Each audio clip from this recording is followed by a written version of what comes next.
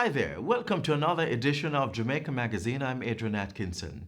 Do you want to learn more about composting? Do you want to find out more about digital learning this school year? Stay tuned as we have these and lots more in store coming up right after the news. Create, design, share, and win prizes with your art in the Office of Disaster Preparedness and Emergency Management ODPEM Digital Poster Competition. Posters must be titled and themed Hurricane Preparedness. The competition opens August 13 and closes September 4. To enter, you must be a student between 12 and 18 years old. For more information on contest guidelines, visit our social media pages, website, or just give us a call. It's ODPEM's Digital Poster Competition.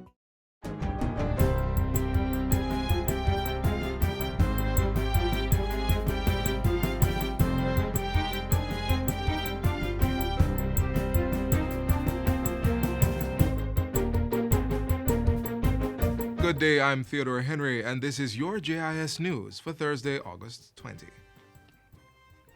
The Ministry of Health and Wellness has placed 2 more St. Thomas communities under quarantine as the number of COVID-19 cases continues to increase. The quarantine order for both areas, Albion and Seaforth, took effect 5 a.m. this morning and expires on September 2. The Health Ministry says both communities have seen a combined 13 cases over the last 3 weeks, adding that many of the cases are symptomatic, which suggests there may be ongoing transmission in the communities. Surveillance activities will be carried out over the next 2 weeks to detect any new cases early and to implement appropriate measures to contain spread within the parish. The quarantine order for 3 other St. Thomas communities, Bamboo River, Church Corner, and Lower Summit, was recently extended to September 2. Up to news time, 107 persons have tested positive for COVID-19 in the parish, 45 of them within the quarantine areas. In a recent media briefing, Health Minister Dr. Christopher Tufton urged citizens to follow the protocols to protect themselves, their loved ones, and the community. Observing the critical components of the protocol, wearing the masks, physical distancing of 6 feet, avoiding crowded areas, staying at home if that's what you are told to do if you're under home quarantine, frequently washing and sanitizing hands and cleaning surfaces where droplets may have fallen, and obeying the quarantine and isolation orders as given by the Public Health Authority. Tax Administration Jamaica, TAJ, is warning persons who should be in quarantine, including those who recently traveled from overseas, not to visit tax offices to conduct business. The tax authority says it has received several reports of such violations and has implemented a measure to address this worrying trend after consultation with the Jamaica Constabulary Force and the Ministry of Health. With immediate effect, anyone identified as breaching his or her quarantine will be denied service, required to leave the location, and reported to the authorities for follow-up action. The tax authority is obligated and empowered to report persons suspected of violating their quarantine under the Disaster Risk Management Enforcement Measures No. 11 Amendment Order dated August 5, 2020. Instead of having to visit a tax office, persons are reminded that several services are available online via TAJ's website at jamaicatax.gov.jm. Meanwhile, Tax Administration Jamaica says it continues to enforce health and safety measures at its branches to contain the spread of COVID-19.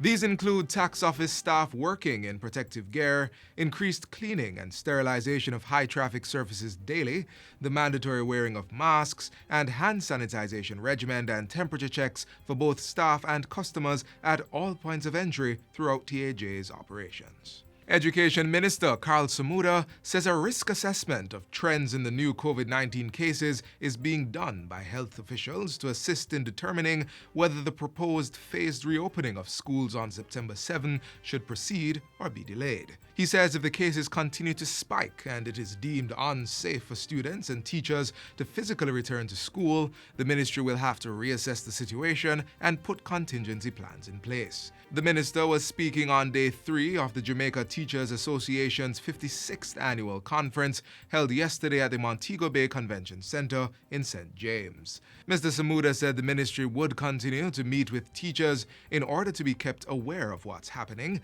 adding that he would engage stakeholders stakeholders before a final decision is made. The assurance comes as the Ministry of Health reported another 46 new COVID-19 cases Wednesday evening, bringing the island's total to 1,192. Based on the last reported numbers, health officials are now monitoring 336 active cases. In other health news, residents of Browns Hall and neighboring communities in St. Catherine now have access to a new health center. Built at a cost of $24 million, the Browns Hall Health Center was officially opened on Wednesday. It represents a partnership between the Ministry of Health and private providers. The land was identified by the ministry, while the NHF did the design and technical work for the project, in addition to providing infrastructure for the building. Minister of Health and Wellness Dr. Christopher Tufton says the facility will house 14 full-time staff, including a resident midwife, visiting public health nurse, 6 community health aides, and 2 clinic attendants. And the services that are going to be provided include maternal and child health, dressing, immunization, and of course, family planning. The Solid Waste Management Enterprise team says preparations are at an advanced stage to identify a suitable private investor to undertake a public-private partnership for the design, financing, construction, and operation of an integrated solid waste management system. The statement from the Development Bank of Jamaica DBJ says the work is progressing, notwithstanding the challenges caused by the COVID-19 pandemic. According to the statement, by October 20, government expects to conclude the engagement of the advisory team that will finalize the business case, recommend the key elements of the transaction, and assist the government to conduct the tender process. The DBJ says the business case for the project could be finalized within 32 weeks, and Enterprise Team Chairman Littleton Shirley says he is confident that with the cooperation of all stakeholders involved, the competitive tender process for the transformational project could commence during the 2021-2022 fiscal year. And finally, the Real Estate Board is reminding professionals that August 31 is the deadline to renew their real estate license. Chief Executive Officer of the board, Sandra Garrick, says dealers and salesmen are allowed to pay the annual license fee in 2 installments on April 1 and September 1 in accordance with regulations. The April 1 payment covers the period up to August 31, with the second half due September 1, covering the period up to March 31. Ms. Garrick warns that under Section 10, subsection 1 of the Real Estate Dealers and Developers Act, anyone who conducts business without a valid license does so illegally. While the Real Estate Board allows for a 30-day payment period without penalty, practicing with an expired license can result in criminal charges. And that's it for JIS News Today. I'm Theodore Henry. Thanks for watching.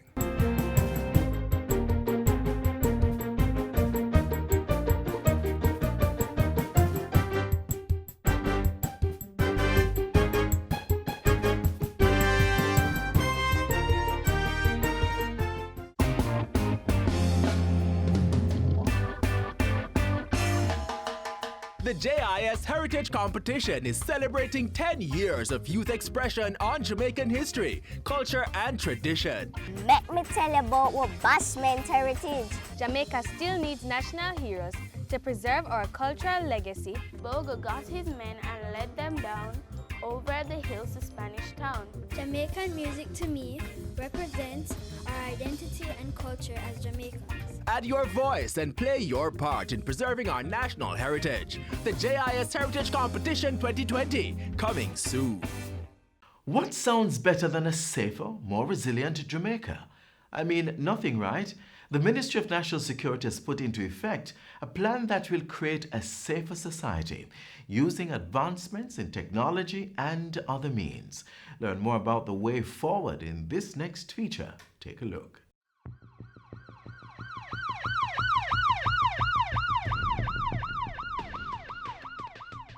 The build-out of technology infrastructure is a major priority for the Ministry of National Security during the 2020-2021 financial year. This is to enable a stronger and more resilient security force as it responds to crime and works to restore public trust and a safer society for all. Portfolio Minister Dr. Horace Chang outlined a few areas while making his contribution to the sectoral debate in the House of Representatives. He says the Jamaica Constabulary Force JCF will focus on the expansion of the smart checkpoint facility, under which 120 police vehicles are being installed with tablets. In addition, provision is being made for access to the central database system for the service vehicles. Which means you no longer have to call in or write paper tickets. From their service vehicles, they'll be able to enter on their smart computer, their laptops, and get the data they require about any particular vehicle or individual they might be apprehending. Other advancements in technology will see approximately 200 body-worn cameras being deployed, radio and microwave communication systems being expanded, as well as increased capacity for surveillance through the closed-circuit television CCTV network. Robust use of technology will lead to the trust and confidence by means of the JSA from the public alike.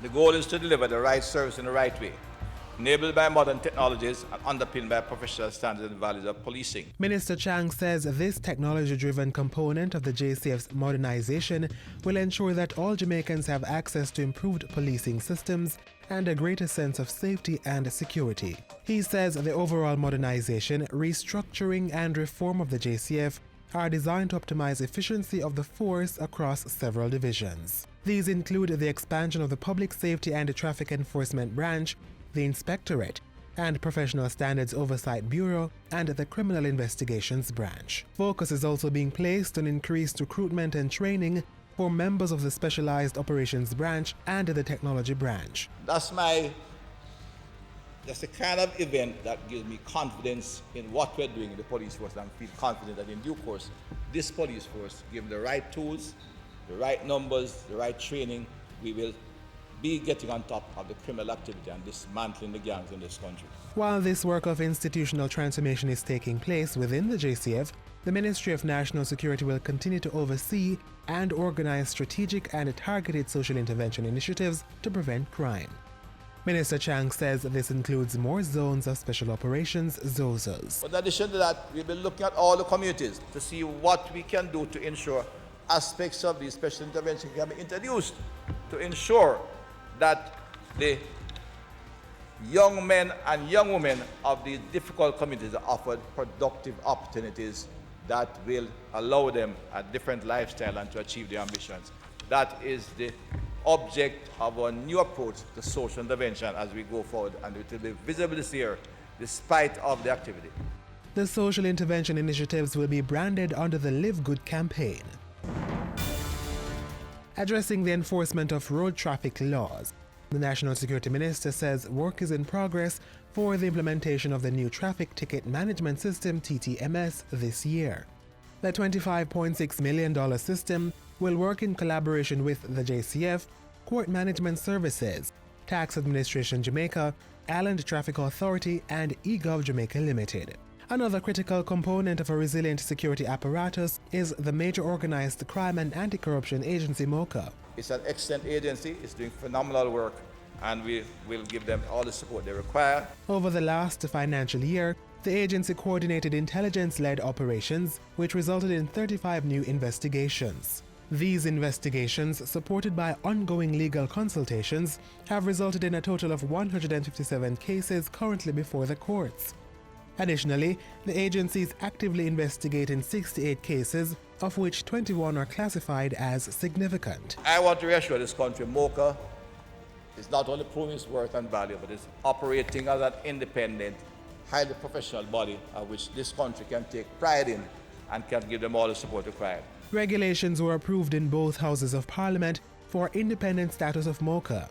The agency is now in the final stage of negotiation with the Ministry of Finance on appropriate remuneration, after which a date will be given for separation. The resilience of the country's security infrastructure is also heavily reliant on strong border management and coastal surveillance systems. PICA and the Coast Guard are the two critical agencies in ensuring our coastal waters are protected and we can deal with the problem of transnational criminal activity. To this end, the Passport, Immigration and Citizenship Agency PICA has undertaken a digital transformation of its border management operations. This has resulted in its online passenger declaration form and adult passport renewal system. PICA has also installed 15 additional automated border crossing kiosks at the Sangster International Airport bringing the total number to 50. This kind of activity is critical in being able to monitor not only efficiency of entering our country, but in monitoring or in ensuring our borders are safe and we can monitor the throughput of criminal activity or activities who may be coming through. Meanwhile, the Coast Guard has added one FCS 5009 cutter to its fleet of offshore patrol vehicles. It is equipped with the latest technology and is able to patrol our waters under various weather conditions. Minister Chang says with the guns for drugs trade remaining a significant threat to the security of our people, this will improve the security forces' capability to interdict the illicit flow of these contrabands and the transshipment of cocaine. And we can assure the people of this country in a very strong position to effectively manage our borders and reduce the impact of the kind of criminal activity that currently feeds the gangs in Jamaica. Meanwhile, strong and long-standing partnership with local and international stakeholders have been of value to the country's anti-crime strategic plan. The recent interception of international drug smuggling network was an example of our work with international partners. This case in particular symbolized a new dispensation for JCF, which is the JCF in all forms. It's a JCF in which all forms of illegal activities are vehemently condemned. The JCF has a zero tolerance for all acts and actors of criminality. This is the Jamaica Consular Force we are building as the JCF we know today.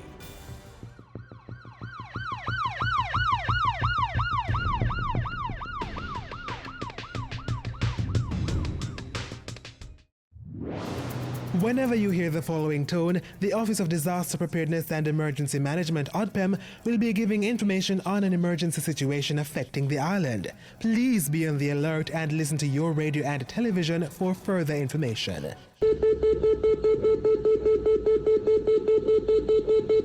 This was a test of the emergency alert system, brought to you by ODPEM. Have you ever thought about using peels from your vegetables and other kitchen waste in your garden or on your farm? No? Well, let's learn why it is important to compost before you dispose. Compost is one of the richest forms of soil nutrient. So here we are buying fertilizer for huge sums of money, when in fact we are throwing away something which is richer in many regards than what we are buying, spending hard cash for.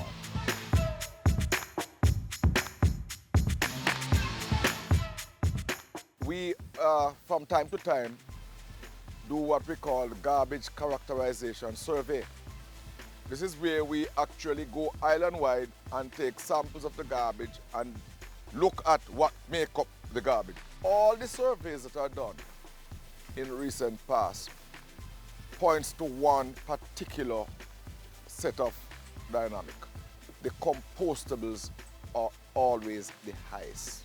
67% in some survey, 65% in some. We eat vegetables. We do ground provisions, the peelings from those. We use cardboards, newspapers, lots of stuff that can be broken down and can be put to good use. With such a high percentage of the solid waste being compostable, we are therefore forced to look at how we're going to manage in the best way possible, in the most efficient way possible, that high percentage of the garbage. Composting is a rich form of soil that is broken down by microorganisms to become either fertilizer or soil. Now we're going to do a demonstration to show you how we can do it. First, if we're starting, this is our kitchen waste.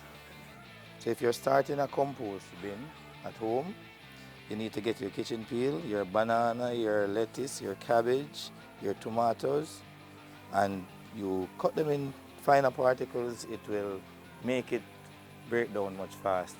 In order for the microorganism to work effectively, you need moisture, you need air, and you need heat. You can use a hand shovel or your hands. Too much moisture will allow the stuff to rot and it won't be compost.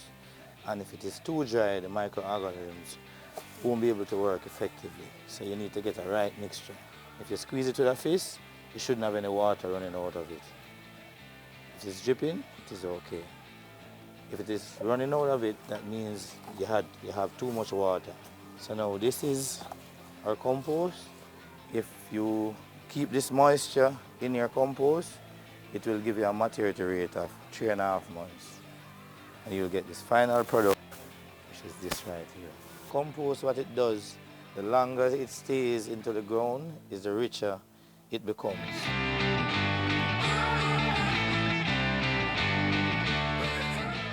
We're going to demonstrate how we use our compost for potting. We're going to pot a few plants using our compost. This plant is called spider fern. It is an indoor plant that does like a fair amount of water. It likes a light mixture. The composting can be used for indoor and outdoor plants. This plant is called a bougainvillea. It is an outdoor plant. It likes a lot of sunlight. It blooms a lot, and it likes dry areas. The compost is offer drainage. It doesn't keep the water too long. This is now 6 weeks old, and this is 3 weeks after being planted as a seedling, using our compost. And this bougainvillea is 6 weeks after being planted by our compost. And they're just blooming, blooming, blooming. This is a mature spider fern that we use for our rentals, and this is about 2.5 months old. The other benefit is that we at the NSWMA, we would need less trucks. Now, right now, our biggest problem is trucks to remove garbage. Can you imagine if we could take out the 67%, which we could convert at source? What that would do to our national budget? Gas oil, repairs of trucks, labor to work on the trucks. Just look at it. It is huge savings that could come. Exponential is about getting a behavioral change at source that will see significant reduction in solid waste. We want to see this reduction and to see it in a very tangible way. And we believe that composting provides that excellent opportunity.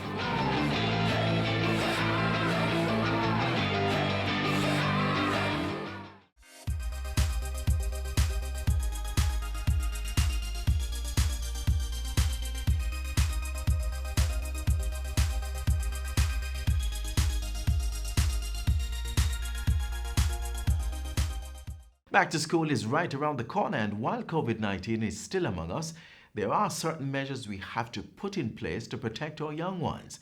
One of those measures is online learning. Government and Ready TV have partnered to ensure that more students have access to the digital platform. When I got the call that Ready TV will be providing internet for Tully Primary School, it was one of the happiest days in my life. And I want to say a big thank you again, sir, because we will be using this tool to ensure that we move our children to the highest standard of teaching and learning. Tully Primary in St. Catherine is the second of over 200 schools in rural Jamaica that are to receive free unlimited internet access to bridge the digital divide. We must have connectivity throughout the length and breadth of the country, and that is what this government, and I tell you, the Prime Minister is passionate about it, so that you can be able to communicate anywhere at all, within Jamaica and outside of Jamaica.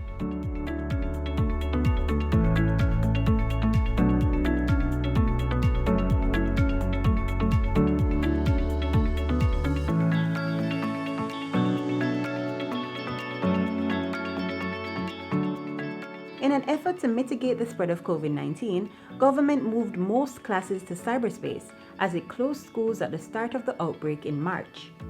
Though online teaching has ensured that learning continues for most students, this is not the case for all. During a press conference on May 4, Minister of Education Carl Samuda revealed that 31,000 children in rural communities were unable to participate in online lessons either because they could not access or afford internet connectivity. To bridge this digital divide, government has entered into an arrangement with Ready TV to provide satellite connectivity to the rural schools and communities in need.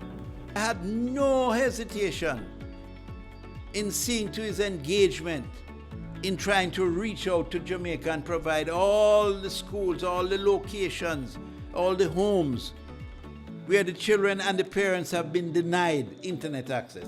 What we're delivering here is a satellite delivered internet. We are looking at a satellite 22,000 miles away in the sky, and we have literally or virtually parachuted in internet into this location in a matter of a few minutes. We are going to be rolling out that internet across the island to make it available to everybody. This technology utilizes a wireless connection that involves 3 satellite dishes, one at the internet service provider's hub, one in space, and one at the location of choice. It is fast and can handle high bandwidth usage, so this makes it one of the most efficient forms of connectivity for schools in remote communities like Tolo. We were able to reach only 65% of our children via internet. And the reasons for that is that a number of communities are having difficulty in terms of connectivity with internet. And so one of the plans that we have to make to facilitate our children is for some children who are not able to have internet access is to provide printed material. So they would not be left behind. And so for this now, for Ready TV to take on this, believe you me, we are so excited, and I know everybody, is jumping over the moon. But providing satellite internet to rural communities is just one of the projects coming out of the ministry's partnership with Ready TV.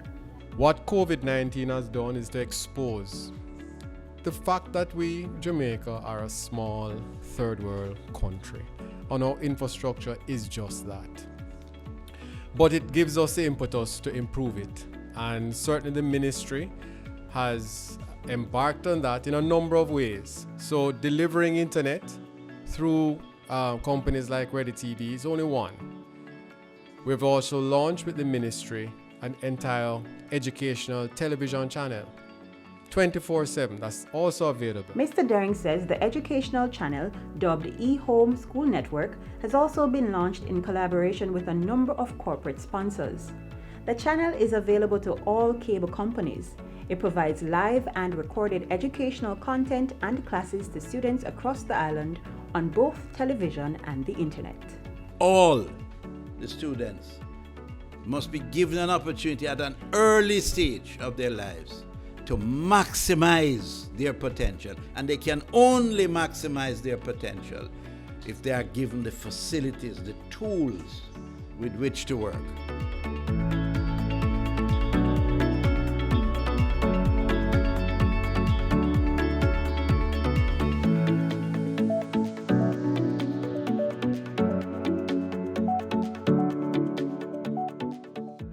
We've come to the end of another informative edition of today's magazine. I hope you've learned a thing or two, and guess what? It does not have to end here. Hop on over to our website, jis.gov.jm, for more informative content, and go to our YouTube channel to watch more features. Until next time, I'm Adrian Atkinson. Thanks for watching. Do take care. This has been a production of the Jamaica Information Service, the voice of Jamaica.